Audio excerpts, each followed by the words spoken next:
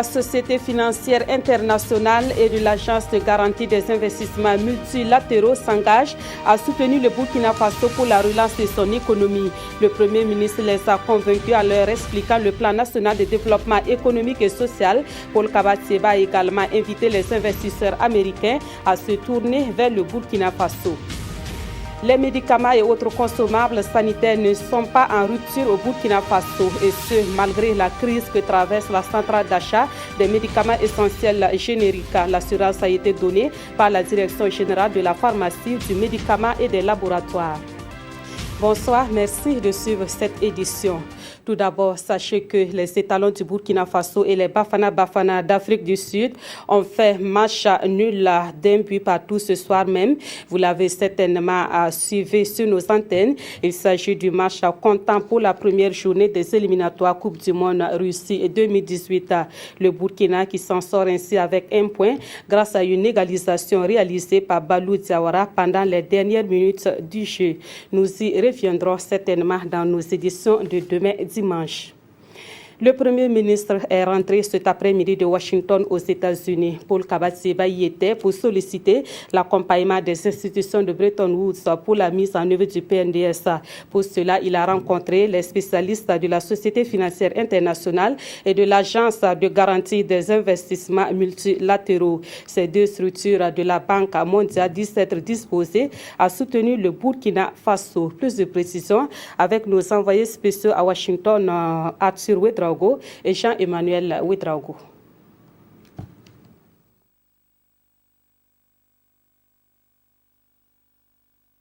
Le Premier ministre Paul Kabathieba sollicite ici l'accompagnement de l'Agence de garantie des investissements multilatéraux MIGA.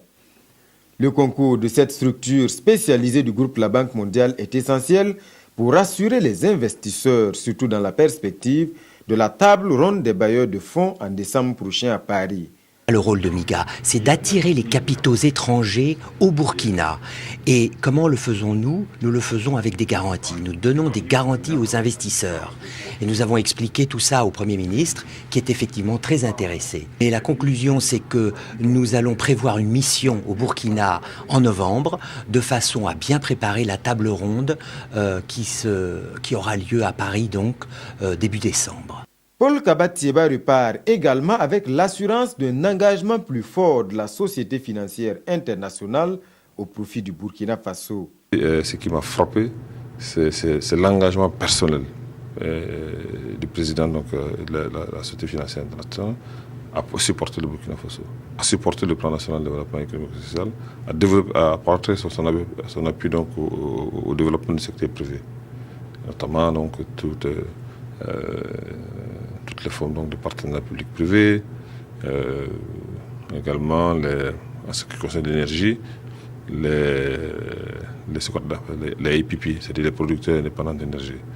En tout cas, la Société financière internationale a déclaré qu'elle allait faire tout son possible pour renforcer sa coopération avec le Burkina Faso dans le domaine donc, de la promotion donc, du secteur privé. L'engagement de MIGA et de la SFI permet sans doute d'envisager avec plus de sérénité la table ronde des bailleurs de fonds de Paris. À Washington, toujours, le Premier ministre a multiplié les rencontres avec les investisseurs américains.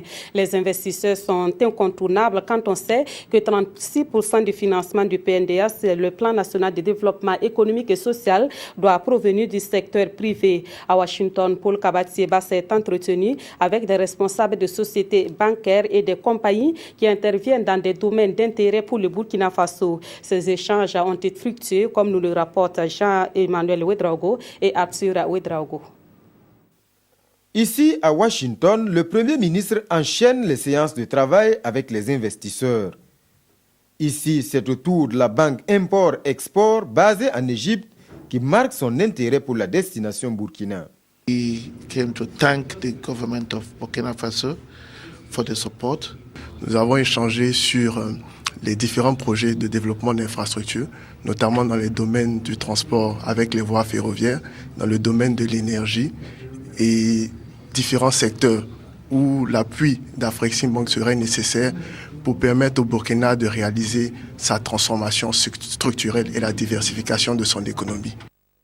Africa 50 est une entreprise spécialisée dans les opérations de partenariat public-privé, surtout dans le domaine des infrastructures. Là également, la perspective d'investir au Burkina Faso se précise. Le Burkina peut apprendre nos investissements dans le secteur des infrastructures, en particulier dans le domaine de l'énergie. Nos entretiens avec Monsieur le Premier ministre ont été très fructueux dans ce sens, et je crois que je vais bientôt me rendre au Burkina pour pouvoir discuter concrètement des projets concrets sur lesquels Africa 50 pourra accompagner le gouvernement du Burkina pour mettre en œuvre ces projets dans les meilleurs délais. Ici, ce sont les responsables d'une compagnie spécialisée dans la sécurité de la navigation aérienne qui s'entretiennent avec le Premier ministre. La compagnie est déjà présente dans une dizaine de pays africains. Le Burkina Faso pourrait être le prochain. C'est un système qui permet de sécuriser les passagers aériens et qui permet de sécuriser l'aviation civile et les transportations de l'aéroport, les aéronefs et tout le matériel de l'aéroport. En général, c'est un système qui permet la sécurité de l'aviation civile.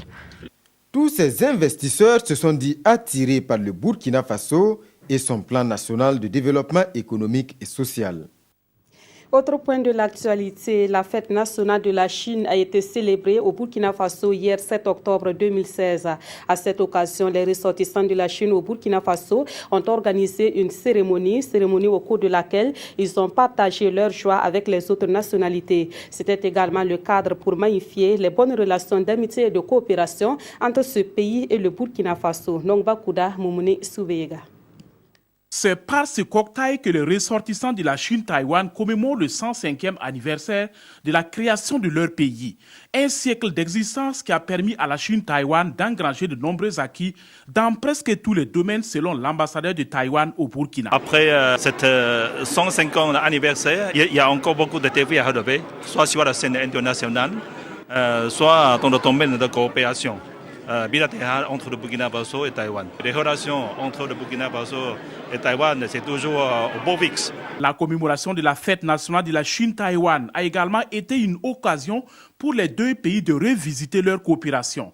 Une coopération fructueuse avec à l'affiche de nombreux acquis que le ministre d'État en charge de la sécurité salue au nom du gouvernement burkinabé. Il est tout à fait normal qu'au niveau de la communauté internationale, on puisse reconnaître qu'il y a un pays qui s'appelle la Chine-Taïwan, où il y a des millions d'habitants qui contribuent au développement du monde. C'est le 10 octobre 1911 que la Chine-Taïwan a été créée.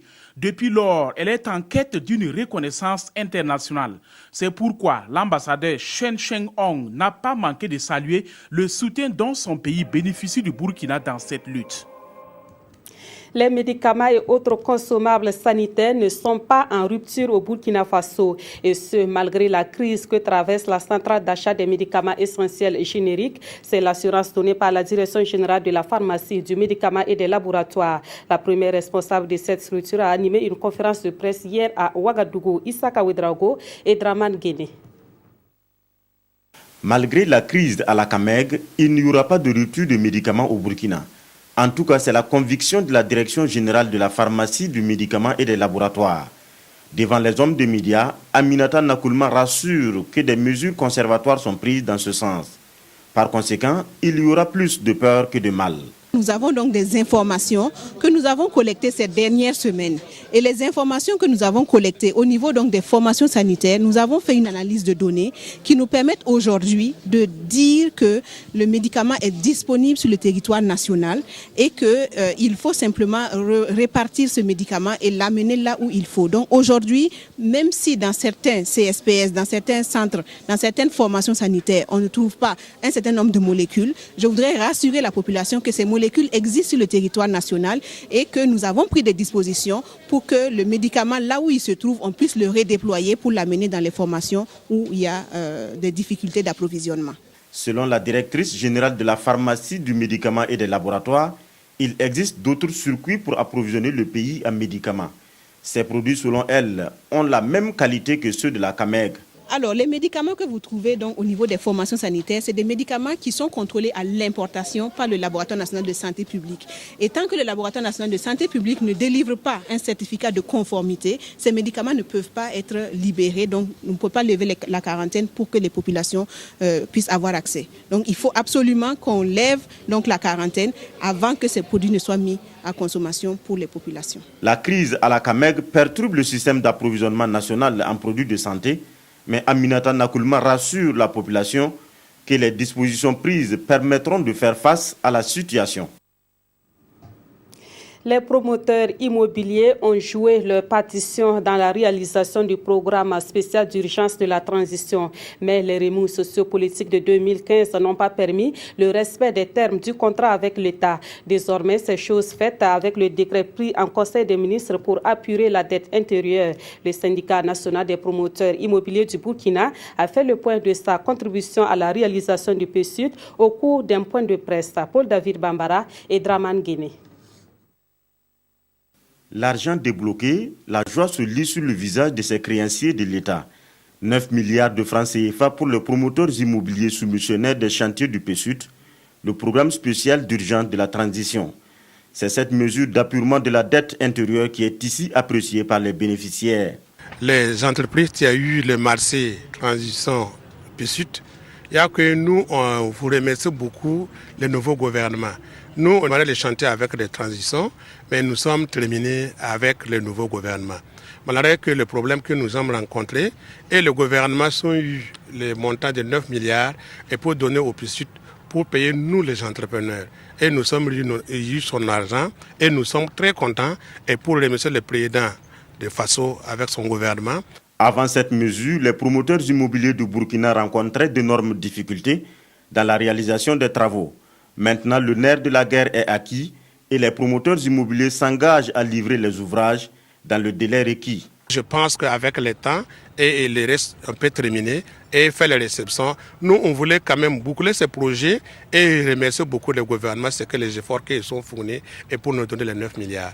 Au nombre de 83, 51 entrepreneurs sélectionnés pour la réalisation des travaux du PSUD ont exécuté leur engagement. Et ce sont eux qui bénéficient aujourd'hui du paiement de leurs prestations. Des bourses d'études au profit de 75 filles qui excellent dans leurs études, mais qui sont issues de familles défavorisées. C'est un geste de la CEDEAO dans le cadre de son programme d'appui à la promotion des jeunes filles. L'objectif est de permettre aux bénéficiaires de poursuivre les études dans de bonnes conditions. Le ministère de la Femme, de la Solidarité nationale et de la Famille a procédé à la remise de ces bourses hier à Ouagadougou. Le reportage de Adama Giti et de Kadi Sanogo. 300 000 francs pour les élèves du secondaire et 500 000 francs pour les universitaires, c'est le taux de la bourse d'excellence CEDEAO octroyée à 75 filles brillantes issues de familles défavorisées. Une bourse qui s'inscrit dans le cadre du programme d'appui à la promotion des jeunes filles du Centre de la CEDEAO et de développement du genre. Elle vise à inciter et à encourager les bénéficiaires à mieux travailler et à persévérer dans les études. L'octroi de ces bourses est une très bonne initiative et une marque de confiance pour nous. Elle nous permet d'exceller et nous remercions le ministère de la promotion de la femme et le programme de la CEDEAO. Pour la première responsable du ministère de la Femme, cette bourse revêt une grande importance. L'importance, c'est de promouvoir l'équité à l'accès à l'éducation pour les filles et les garçons. Et donc, en partenariat avec le Centre genre de la CEDEAO, mon département a entrepris de promouvoir l'excellence, surtout dans les domaines scientifiques, l'excellence des filles dans les domaines scientifiques et certains domaines jadis réservés ou que l'on pensait être réservés aux garçons. De 2010 à nos jours, le programme a mis environ 131 bourses à la disposition du Burkina Faso au profit des filles excellentes issues de familles défavorisées. Autre point de l'actualité avec cette brève information, des individus suspects ont été interceptés par la gendarmerie sur le pont Nassino sur l'axe Ouagapo pendant leur transfert vers la brigade de gendarmerie de Pau pour identification. Les individus interpellés ont tenté de désarmer les gendarmes en pleine forêt. Le bilan fait état des 2 personnes interpellées qui ont été neutralisées, un gendarme blessé et un suspect en fuite est activement recherché. Et puis, les présumés coupables de l'assassinat d'une jeune fille à Bobo-Dioulasso sont désormais entre les mains de la police. Le corps de la jeune fille avait été découvert le 22 juin dernier au secteur 5 de la ville de Sia. L'arrestation des présumés coupables a été possible grâce à la collaboration entre la police de Bobo-Dioulasso et celle de Niangoloko. Et en attendant que la justice fasse son travail, ils ont été présentés à la presse à Bobo-Dioulasso. Plus de précisions avec Karim Sissi. Voici les 2 présumés coupables de l'assassinat de la jeune fille dont le corps sans vie a été découvert le 22 juin dernier au secteur 5 de Bobo-Dioulasso. Ils ont été arrêtés par la police de Bobo-Dioulasso en collaboration avec celle de Niangoloko. Après un accident grave du nommé ZM avec son véhicule, ce dernier aurait consulté un marabout qui lui demandait du sang humain. ZM, ne pouvant pas trouver seul ce sang, se confia au nommé KM, qui se trouve être un de ses employés dans un hôtel de la place. Le 21 juin 2016, les 2 mettaient leur plan machiavélique en exécution. Une fois sur les lieux, KM terrassa brutalement la jeune fille et lorsqu'elle tentait de crier, il a plongé sa main dans sa bouche. Et ainsi, il a étouffé. Il a sorti un couteau provenant de la maison de ZM avec lequel il égorgea la jeune fille. Les 2 suspects seront conduits devant la justice pour qu'ils répondent de leurs actes. Je ne fais que féliciter la police. Et je crois que la loi est là. La loi doit faire son rôle. Moi, en tout cas, je n'ai plus rien. Je n'ai plus ma fille. Je n'ai rien. À ce stade de l'enquête, la destination du sang n'est pas encore connue, nous précisent les enquêteurs. Mais les investigations se poursuivent afin de démanteler tout le réseau. On reste à Bobo-Dioulasso pour parler d'insalubrité au quartier d'Ogona et au secteur 31 de cette ville. Les populations côtoient une poubelle à ciel ouvert et c'est un phénomène qui dure plus de 2 ans, créant d'énormes désagréments aux populations riveraines. Ces populations lancent un cri de cœur pour qu'une solution soit trouvée à la situation. On fait le constat avec Betty Bienawon et Ali Traori. Les populations de Dogona, secteur 13 et du secteur 31 sont dans la souffrance. Leur environnement d'habitation est devenu un véritable dépôt de déchets. Ordures de toutes sortes, vidanges de WC sont déversés ici par jour et en quantité. C'est sincèrement un calvaire. Parce que nous nous demandons si ceux qui sont en train de faire ça, ils le font pour que nous disparaissons ou bien si c'est pour que nous puissions être avec eux dans cette société que nous pensons où nous sommes en train de vivre ensemble. C'est vraiment un calvaire. Parce que c'est difficile, les odeurs, les insectes, et on n'arrive même plus à respirer quand il y a une petite pluie. Des ordures qui constituent aujourd'hui un problème de santé publique. Les odeurs, en tout cas, ça même, ça rend malade. Parce qu'on a beaucoup d'enfants qui sont dedans. Tu as vu, on a des bébés même, tu vois, qui sont dedans. Chaque fois, voilà, chaque fois, tu vois, si on voit que, tu vois, tout le monde vient verser les trucs, tu vois, dans les... Tu vois, dans les trucs, mais c'est pas bon. Nous avons été à la mairie de l'arrondissement 3, il y a quelques 500 mètres d'ici. Et on nous a fait comprendre que, lors d'une session du conseil, même ils en ont parlé. Et quand on voit les camions, on n'a qu'à signaler pour qu'on appelle la police municipale, ils vont venir faire la perquisition des camions en question. Mais quand tu vois un camion qui est en train de vider, d'ici que tu arrives à la mairie, pour qu'ils fassent venir la police municipale, le camion est parti. Pourtant, à la mairie de l'arrondissement 3, le premier adjoint au maire dit ne pas être au courant de la situation. C'est une information que vous me donnez.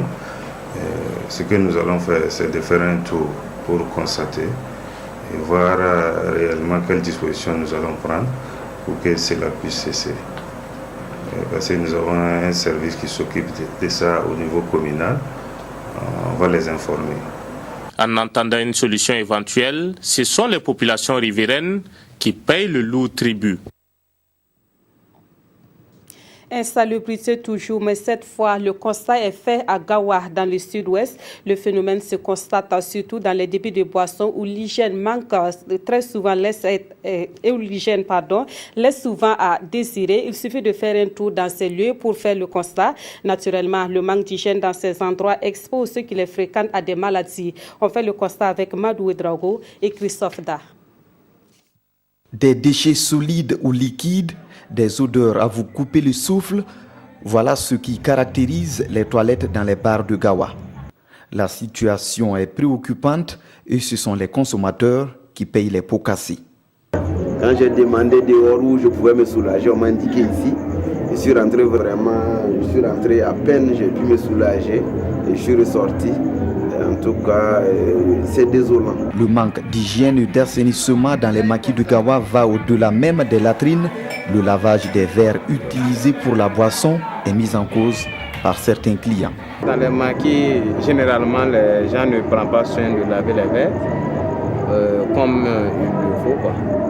Donc c'est pour ça que moi personnellement je préfère prendre ma bouteille simplement et je consomme comme je le veux. La maladie est en effet le principal risque lié aux problèmes d'hygiène auxquels font face les consommateurs. Les parasitoses, voilà, toutes les maladies parasitaires qui peuvent être transmises par le péril fécal. Vous avez également la fièvre typhoïde, même l'hépatite A. À certains endroits, la distance d'une dizaine de mètres minimum qui doit séparer les toilettes des tables de consommation n'est pas respectée. À d'autres endroits, ce sont les planches des verres qui posent problème. Dès lors, seule la prudence du client peut lui éviter des soucis de santé. C'est pourtant la municipalité, avec l'aide des services de santé, qui doit faire appliquer le code d'hygiène publique auquel tous les tenants de bar sont astreints. Dans le code, qui est un document national, il y a un certain nombre de dispositions qui sont prévues et tout détenteur de débit de boisson doit respecter. Et c'est ce dont j'ai parlé tantôt, avoir des lieux de défécation, donc des latrines bien gérés, avoir un système de gestion des ordures, avoir un dispositif de lavage de mains et avoir un système de plonge. Si les textes existent, il reste qu'ils sont peu connus ou même ignorés. Et la commune de Gawa compte effectuer des inspections sanitaires de sensibilisation comme celle opérée dans une trentaine de maquis il y a quelques mois.